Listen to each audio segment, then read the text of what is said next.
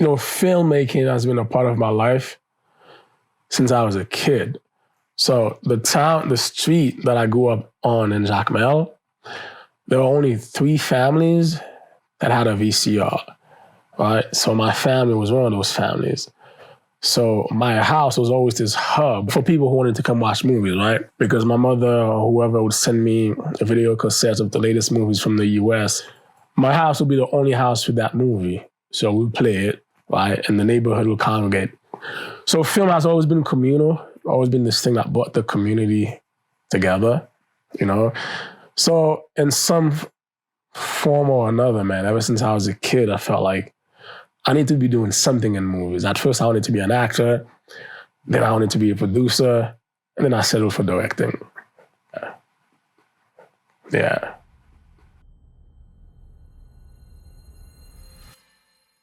That's my grandfather and my They're Haitians. In 1492, Columbus sailed the ocean blue and landed on the island now shared between Haiti and the Dominican Republic. The following year, in 1493, reacting to Columbus's incredible news, the Pope created the doctrine of discovery, which taught the Christian world that they should kill or enslave the inhabitants of any lands they discovered if the inhabitants were not Christian and if they were uncooperative.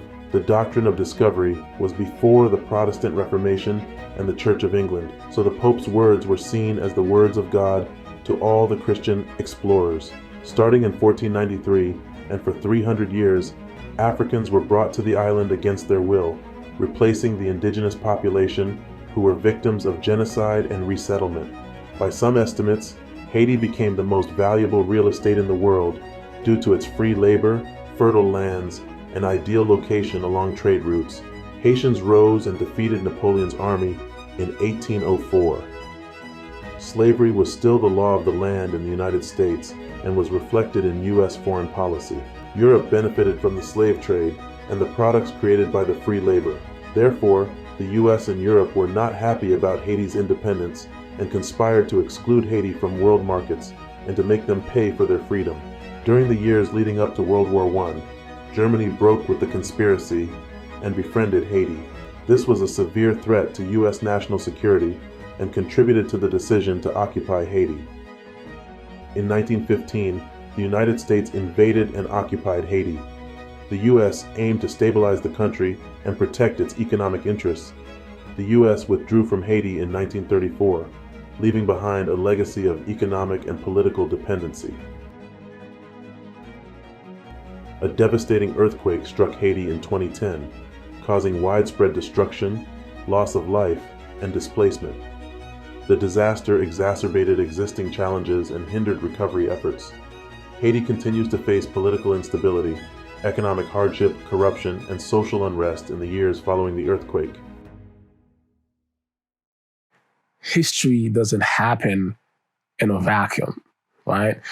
There are precedents for everything that's going on in life. So I think it's unfair, and I think it's intellectually dishonest to talk about the problems of Haiti without factoring in the influence of the American occupation. So I'm going to go back again to my childhood in Jacmel. So we were watching all these American films, right? Rambo, Commando, all the Clint Eastwood movies, and, that was my idea of what the United States were, right? The United States is Rambo. It is Chuck Norris. It is the nice guys who are going to come and they're going to save you, right? All right. So now fast forward. I'm 16 years old. I'm reading the autobiography of Malcolm X, which is giving me a different perspective of Americanism. The fact that you have second-class citizenship is political separation. The fact that you have black people are the last hired and the first fired is economic separation. The fact that you have discrimination is social separation. And I remember being shocked by the things I was reading, by what we did to black people in this country, right? Now, fast forward some years later, I'm taking an elective at my university, and that elective just happened to be on Haitian history. And I learned for the first time that the United States had occupied Haiti from 1915 to 1934. Having suffered a succession of weak presidents and almost continuous civil wars, Haiti is now on brink of bankruptcy, and laws of the land have been virtually lost in chaos of island-wide anarchy. And then in 1915, United States Marines land in Haiti to battle Haitian bandits threatening destruction of American properties, and native bandits quickly head for the hills. This puts immediate end to troubles in populated areas, but Marines prepare to drive into interior and rout the insurgents out. And I immediately thought of all these things I had read about in the autobiography of Malcolm X, right?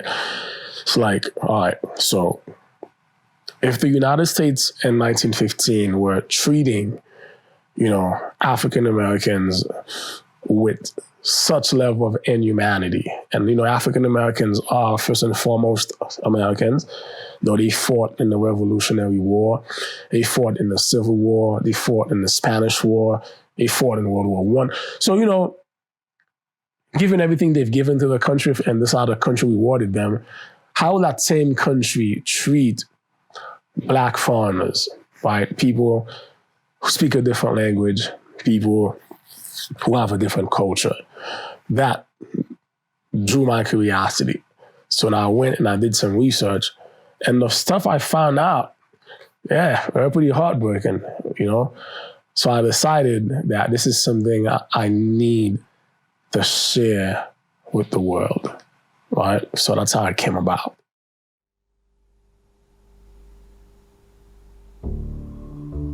In the process of making this film, my grandfather kept coming to my mind. So I said, you know what? I'm gonna write him a letter. Dear Poppy, I'm writing to let you know that I'm making a movie about the United States occupation of Haiti. The U.S. occupation of Haiti was pretty much our nightmare. Les Blancs débarquent.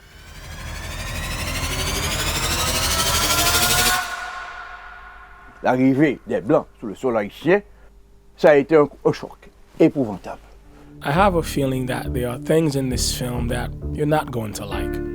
It's going to be critical of the ideas you had about Haiti, about Haitians, about race, about class.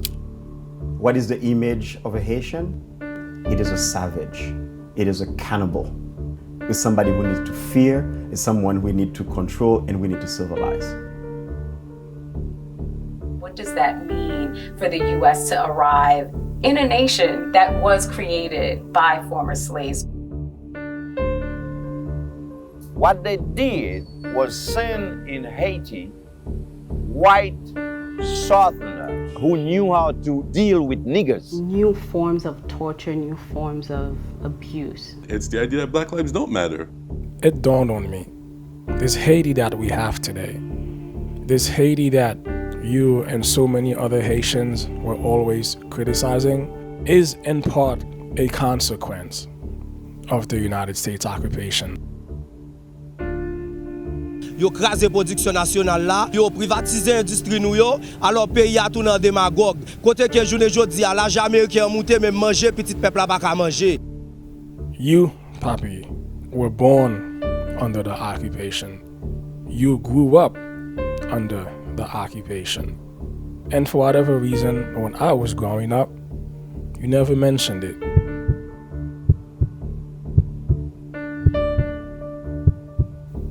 You never said anything about it.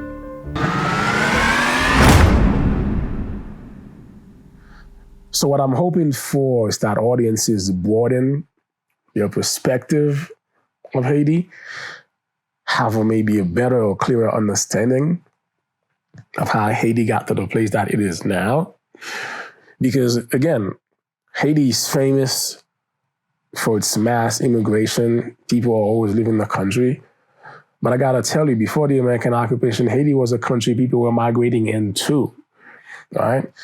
What happened? Where did that shift occur where people started living Haiti? Of course, that's in the film.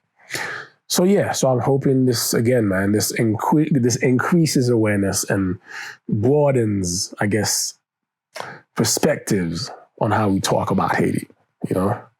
We, for years, we've been concerned about the southern border. That just seems like people that are desperate and trying to survive have an idea that maybe they can survive if they make it into the United States. People from a number of countries make terribly dangerous trips to our southern border, and they're abused along the way, and then sometimes they're abused when they arrive at the border. So we thought it was interesting that President Biden, back in January of 2023, announced a program where he expanded what they call humanitarian parole. And allegedly, somebody that fears for their safety can sign up back in their home country. And then that application that can be processed, and they can come in legally to the U.S. in an orderly way. So we signed up in April, and here it is, well over a year later, and there's nothing. There's the people that we signed up to help, to sponsor to the U.S. have had no help. So I started researching Haiti, and eventually I joined the Haitian Studies Association, and Alain Martin was screening his film. And I wanted to see that film. So I contacted him, and he said yes. And then we've been working on getting a screening in Raton. I don't know how Will found me, because at some point I used to ask people, how'd you find me? But I stopped asking, because people keep finding me. They keep wanting me to come out the show, and I just say yes. So I'm not sure how Will found me. I think it's the Haitian Studies Association hosted a screening, and that sort of gave the film a life on its own, right? Universities and other places, museums, libraries, I've all gotten in touch with me to host screenings, right? I think I did the math. I think for the year, the last 11 months, we've screened like 27 places so far, right? And we got more screenings coming up. So yeah, I was in Albuquerque. We had a show there. The audience was really excited. They were very engaged. I visited Santa Fe, a nice town. And I got here last night. I love it here because, again, I'm from Haiti. These mountains, when I see them, I feel at home, the open space, the animals roaming freely. I don't get that in the city. Nice time you guys out here, man. New Mexico's legit.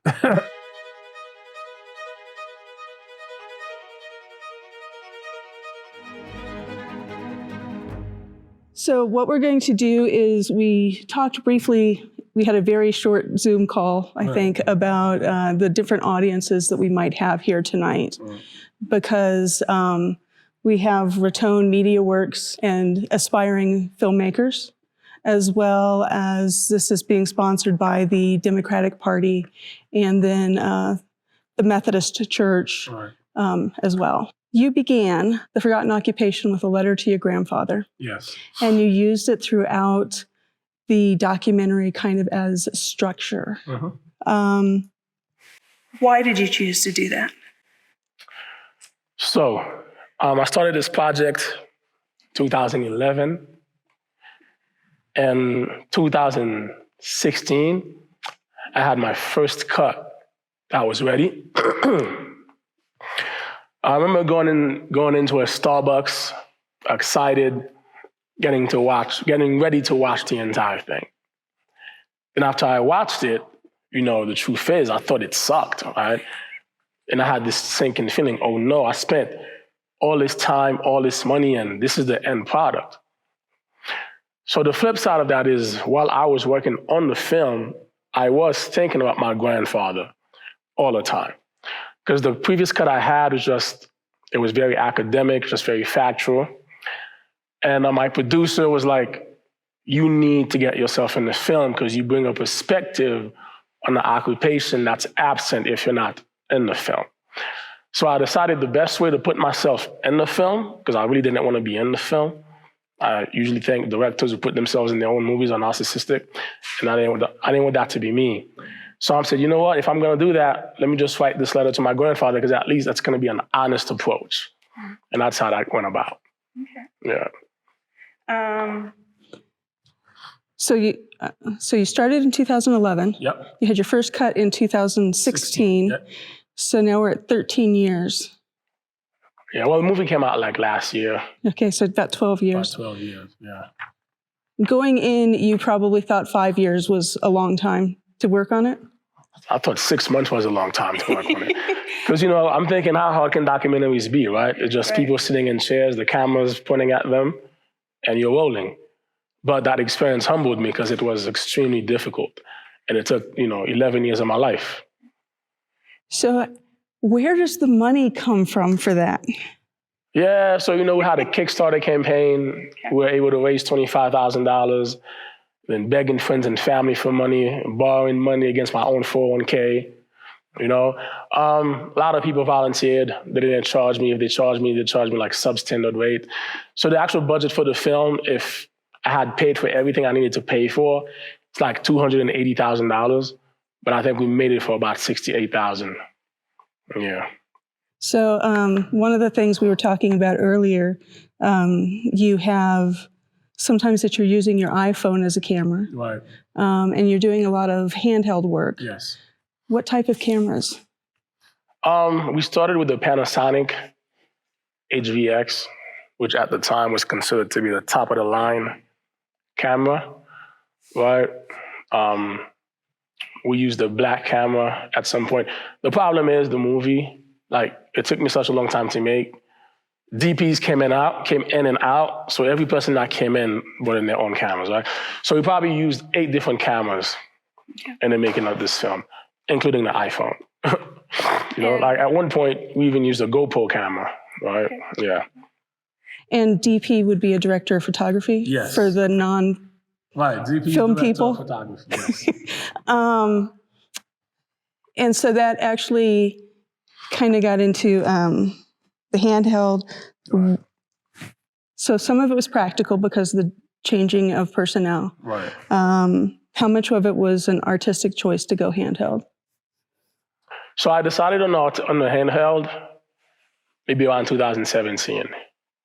I'm like, I need this movie. We need to add some cinema verite. The audience needs to see me doing certain things, researching the film.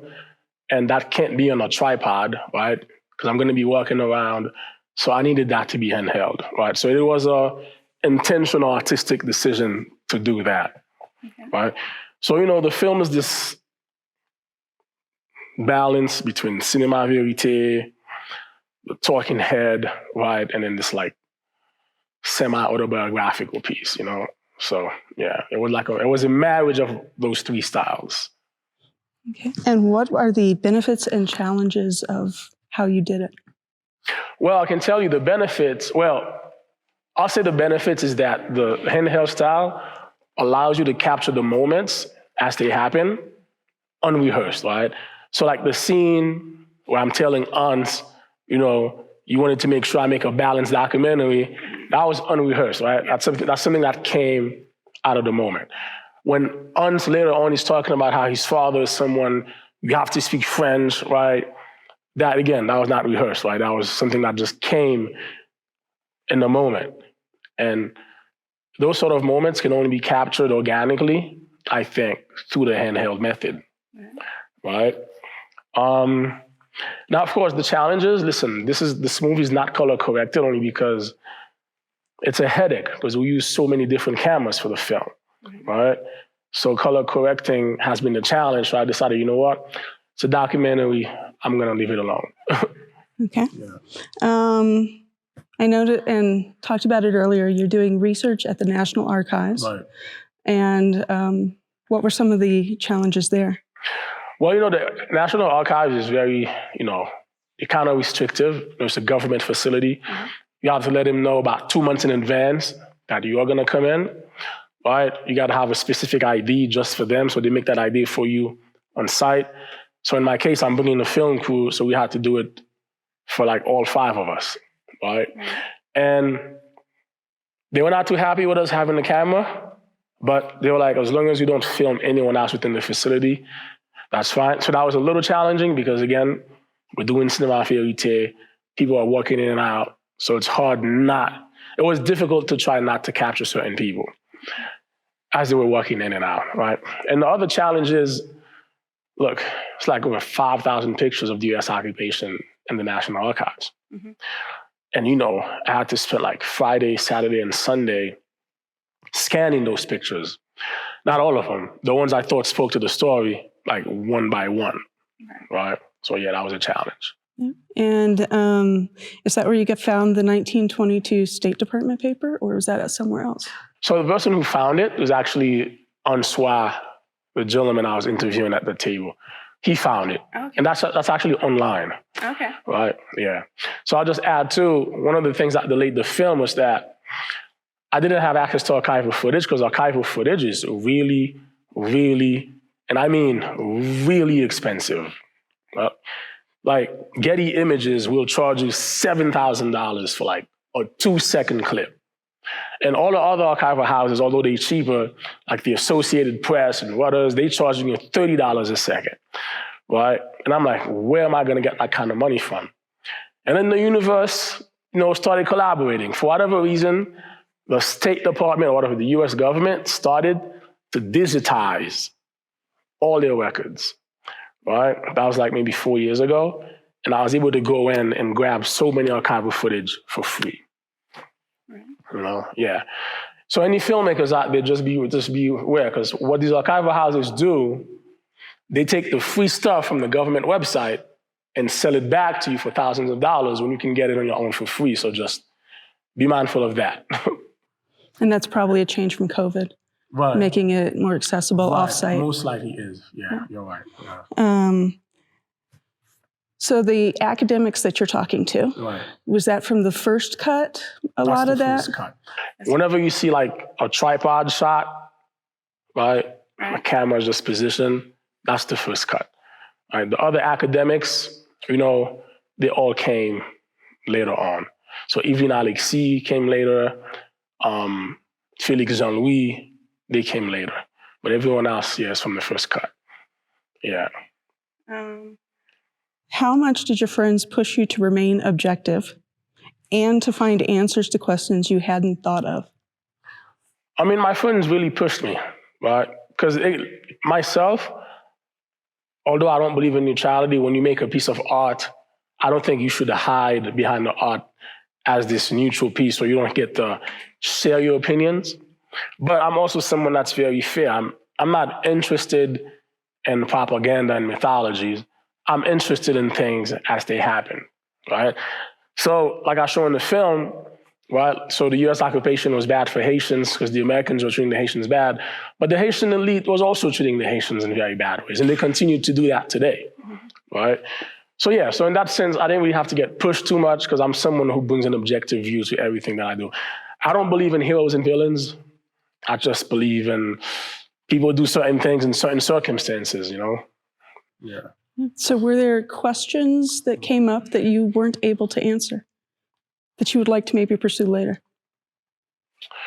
Not that I can think of any now. Because, you know, I spent 11 years reading. At some point, I felt like I was a scholar when it came to the topic of the occupation, because I just knew so much, right? Ideally, if PBS was to give me some money, that should have been like a 12-part series like Ken Burns for Civil War, but you know. Or baseball, or the national parks, yeah. What do you hope this film will offer to a younger generation of Haitians inside of Haiti or outside of it? That's a tough question, right? It's not mine, I'm just gonna say that. No, it's okay. It's a tough question because when you talk to the young Haitians now, they want an American occupation, right? And that's because mostly when you're in a state of desperation and you're hungry, you're not thinking of nationalism, right? You're just looking for a quick solution to get you out of the situation that you're in now. But I will say that I hope this young generation of Haitians that watches the film at least have a broader understanding of the Haiti of today. Because you can't really talk about Haiti, the Haiti of today, without really talking about the US occupation. I was thinking about your phone calls at the end. Right. And the one gentleman who very clearly explained, you forget all about the history when food is what you need. That's right. Patrick Sylvain, yeah. Often with a documentary, A filmmaker wants the audience to respond to the injustices they have revealed. Right. How do you hope audiences will respond? I mean, audiences have been responding the way I want them to respond, right? The same reaction I've had when I discovered these atrocities is the same reaction audiences have had by and large when they see the film. So in that sense, I'm quite content. Okay. Yeah. Why do you think learning about the U.S. role in Haiti's history is important? And how does that history impact what we see happening today? I'll give you an example, right? The mass immigration you have out of Haiti today is directly tied to the U.S. occupation. Before the U.S. occupation, Haiti was a country that people migrated into, right? With the 1917 constitutional change, where foreigners were allowed to own land, when all that land was lost to American corporations, Haitians began to flee in Haiti, and they've continued to flee Haiti today because they no longer own the resources that they used to rely on to feed themselves and feed their families, right? So again, it goes back to the previous question. You can't really talk about Haiti today without talking about the U.S. occupation, right? And we see in the film, I mentioned that Souledad Gonave was chosen by the State Department to be president of Haiti, and that's something that's been ongoing. There's no president that's elected in Haiti, with the exception of Jean-Bertrand Aristide, that gets to be elected without American say-so, right? So Haiti has sort of become like this de facto colony of Washington, you know? So, look, Haitian government under Préval wanted to raise the minimum wage after the earthquake.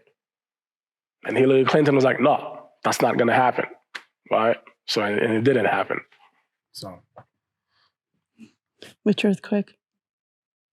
Huh? No, because I know there was the 2010 and then 2021. That's why I'm asking which earthquake. The 2010 one, yeah. We only had one. I mean, yeah, that's right. The 2021 it wasn't as severe, but yeah, it's 2010. Yeah. Okay.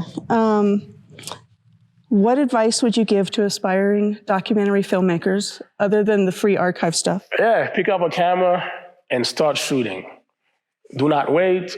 There's never an opportune moment. It's only after you shoot extensively that you eventually get better, right? And you have to learn everything on your own, lighting, editing, sound. Once you have all that stuff mastered, number one, it gives you a better perspective in the editing suite when you're working with someone else, right? So you have to be a jack of all trades, unfortunately. What are things you wish you had known when you first started? That filmmaking is extremely difficult. You can't really do grab-and-go filmmaking. Every single shot has to be meticulously planned, days ahead, if not weeks ahead. Yes, I wish I had known that. So, you know, going forward, I'm not doing grab-and-go filmmaking anymore. Like, we're gonna go to the locations, we're gonna check them out, you know, yeah. We mentioned earlier, because you were having to do the handheld and the situation in Port-au-Prince, where there were interviews where you were missing things. Right. Is that part of what you're thinking of? Because when we went to Port-au-Prince, again, look, first of all, the country's already, like, especially Port-au-Prince, the country's in bad condition, people are stressed out. Wherever they want you to interview them, you have to say yes. You don't really have the luxury to say, let's go to this location because this location looks nice. It looks more cinematic. They want you to come in their backyard. It's run down. That's what you got to go with, right? So it was a matter of working with what we had, making decisions on the spot, on the go. And how has this film changed your life? It made me a more resilient person, right? I have more patience than I ever did. I'm more optimistic about what I can do with film. Yeah, it's changed my life in quite a bit, right? I mean, this movie I spent in universities and high schools, right? I mean, University of Irvine, California, I had it part of the curriculum for the spring semester, you know. Yeah, there's a generation of kids who are learning about Haiti through something I made, right? So that's very humbling.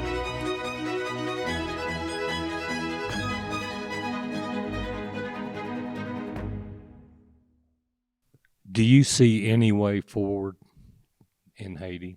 What is the way forward? People ask me that question all the time, and the way forward is to simply let the Haitians in Haiti figure it out, because they do have the solutions. There are organizations and nonprofit groups who have plans on how to move the country forward. The problem is, we don't allow those organizations into power, right? The people we give power to in Haiti are always the oligarchs who are simply looking to make money. We always hear the groups there in Haiti described as gangs. Is that a... No, they're not gangs. These are paramilitary groups, right? The Bloods and the Crips, these are gangs. What's going on in Haiti, these kids got M16s, they got grenades, right? They got drone surveillance, they have military Humvees, right? Somebody's funding them, right? So these are paramilitary groups. And for all the kidnapping they doing, all the chaos they doing, when you go downtown Port-au-Prince, where the elite have their businesses, they're never touched, right? The elite never gets kidnapped, their businesses never get burned down. So these are not gangs. These are just paramilitary groups who are protecting the status quo. Questions? How old are you, brother? I'm 43, man. I'm an old man. I started this when I was 31. You're a kid. Yeah. How do your children feel about the movie? They just like to brag in school, like, my daddy made a movie. And their friends are like, wow, if your dad makes movies, he's going to make a lot of money. But they don't know the reality of it. So, you know, there's no money to be made. Maybe later. Just real curious to find out where you got all the sound effects that you inserted anytime you did a transition. Some were very interesting. Yeah, so, you know, some of that stuff is being available with Premiere Pro, right? Again, that wasn't planned. It was just me messing around with the editing. If I stumbled on something I like, I kept it. I had no idea if it was working or not working, but if I felt good about it, I just kept it. Yeah. Thank you, my friend. Yeah. Yes, ma'am. Is there anything that you regret about doing this, or that you maybe wish you wish you got a different answer than you ended up getting through all your research? I mean, not necessarily, but I will say that, you know, there were people who disagreed with me. Right? There are people who said this documentary is pointless because whatever progress Haiti has made through the decades is because of the United States. Actually, I do have an answer to that. One thing I deeply regret, right? I wanted to interview more witnesses. The ones that I did get didn't quite remember, right? And the ones that did remember, they got shy when they saw the camera. Because, you know, they felt like if they go on camera to criticize the US, they're gonna get in trouble. I wish I had found a way to get them to talk to me about the experiences during the occupation, because they had a lot to say. So I just want to really, first of all, commend you. This was a really mammoth undertaking in terms of just the weaving of complex political histories of multiple countries. It was a great job. It was really fantastic. And I really love the storytelling mechanism of you weaving in the story of the letter to your grandfather. Was a really brilliant way to now, you know, like weave all the threads together, and also tie in history pieces and kind of show that the other side, like like you spoke at one point about the balance, and that to me provided a lot of that balance, right? Is like, okay, here's like a different perspective on this. So it was a really great job. How did you come to that? Like, was that something early on? Was that later? No, that was the last thing I did, because again, I feel like the first cut of the film was really dry, impersonal. It was all about facts. So I said, you know what? Let me write this letter to my grandfather so I can personalize it, right? That was the last thing we did, and I tried to walk away from it because I felt guilty about it, because I felt like I was making my grandfather the villain of this piece. But my producer talked me out of it, right? But it was a last-minute addition, yeah. Thank you for that question. Yeah, thank you.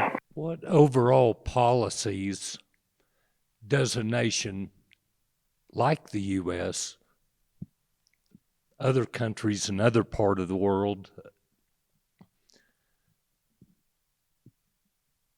what sorts of policies do these powerful nations need to start doing to help rather than hurt countries like Haiti? Thank you for that question. I don't know if they're interested in having policies to help countries like Haiti, right? I mean, that question comes up a lot. I think we got to be blunt and honest within the political infrastructure we live in. And it's that, you know, the majority of the powerful countries in the Western world, they use countries like Haiti or Jamaica or Trinidad or Ghana as countries in which we deplete the resources for the benefit of the very few in these countries, right? You're not necessarily getting any benefit out of it. You see what I'm saying? I mean, we know that. Right. Right. But, you know, I just don't think that's the world we live in, right?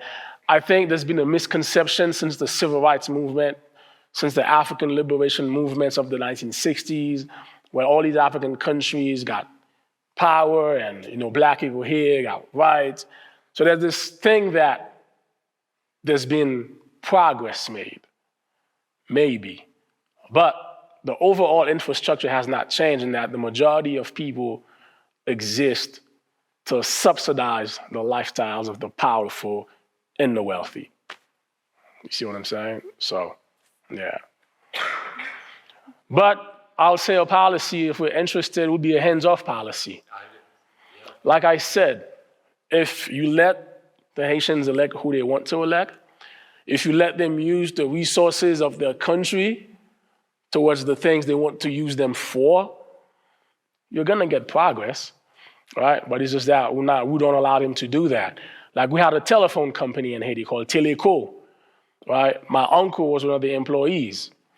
What the Clinton administration did was like they forced them to privatize it, right? So a lot of Haitians got laid off. That company was sold to Natcom, which is a Vietnamese company, right? And people are working in the telephone company now for cheap. You see what I'm saying? And this is what I'm saying. We need to have a hands-off policy. Let these countries do what is it that they have to do, right? I might follow up on that question a little bit, maybe from a little different perspective. If the foreign policy, if the reason for the U.S. foreign policy is to protect the security of the United States, is that a natural conflict with this idea of quote unquote helping another country? Because are you really going to help them to the point where they're more powerful than the U.S.? Or do you at some point undermine them a little bit? So I have a little bit of another. I mean, let's be honest, right? Haiti can never rise to the level of remotely posing a threat to the United States, right? I mean, Haitians are by and large was very peaceful people, right?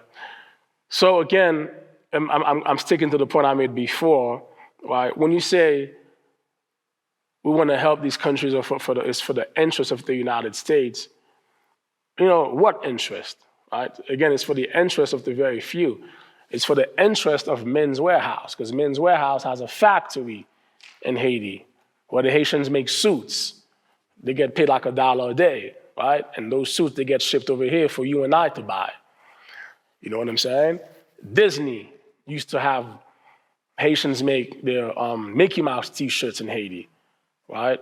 At very cheap prices, right? Baseballs were actually used to be made in Haiti for the National Baseball League, right? So this is what I'm saying. Like these countries, Haiti and Jamaica, they exist to provide a cheap labor force. You don't got to pay them health care. You don't have to give them sick days. There's no minimum wage, right? So yeah, and it's in our interest to fight against these things because these jobs, they don't stay here, right? They get shipped overseas, right? And then people here are left without a way to make a living, right? So. And it makes me wonder geographically. I mean, Haiti's the closest country other than Cuba to Geronimo. Say that again. Do they have pigs? Guantanamo. Guantanamo Bay. And so just geographically, a lot of countries have been interested in Haiti through the years, and it makes me wonder if there's somebody in the U.S. government that keeps that in mind. Yeah, don't forget, man. Since like 1811, the United States wanted Mont Saint-Nicolas, right?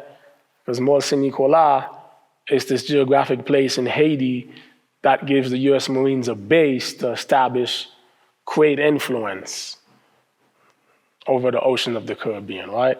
But they eventually settled for Guantanamo Bay. So yeah, I've always been interested in Haiti. Do you have any long-term plans with your career? Like, do you want to make more documentaries and more films? Absolutely. I have my next 3 movies lined up. Yeah, so thank you. Absolutely, I do. Can you say just a little bit about the next 2 movies? So the second one is a follow-up to this one, because the original cut of this film is 2 hours and 40 minutes. I had to cut it down, obviously. There's a whole segment of that story where the African-American community decided to join the Haitian community to fight against the occupation, and this was the time when the black community were Republican, so they enlisted the help of the Republican Party, actually, right, to campaign against the occupation. So the election of 1922 saw Warren G. Harding actually make the occupation a campaign issue in his campaign, right? It's a very fascinating story because it's at the time, you gotta remember, there's only 3 free black countries in the world. It's Haiti, it's Ethiopia, it's Liberia. So now, black people are getting together to ask themselves, how do we defeat oppression? We gotta do it by banding together, and we're gonna start the fight in Haiti. So that's one of the projects, yeah. Do you see, you mentioned General Smedley Butler several times in your film. Do you see him as having evolved later in his life? He wrote that book, War is a Racket, and kind of went against his previous... I know, yeah. Me personally, I do not. Because part of evolution is the acknowledgement of the things you've done wrong. And you have to offer at least a sincere apology, which he never did, right? I believe, because I kind of studied his career a little bit, his father was a famous congressman. Like in Haiti, he was expecting to be in charge of the entire country. When that didn't happen, he threw a sissy fit. I feel like Smedley Butler is someone who craves attention. And I feel like the third act of his life, to me, was a performance to bring more attention to himself. That's just my opinion. Are you referring to the act of trying to stop the fascist takeover back in the... Right, I'm referring to War is a Racket. I'm referring to him becoming a peacetime activist. Right. All that stuff was nice, but where's the apology to the thousands of human beings that you killed? In his book, he brags about how he shot this Haitian in the back of the head, and the bullet hole was like the size of a 50-cent coin, and he just kind of laughs about it, right? So I don't know if I can take his mea culpa seriously, you know what I'm saying? Yeah. Thank you so much. Thank you, appreciate it. Thank you everyone for coming, man. Thank you.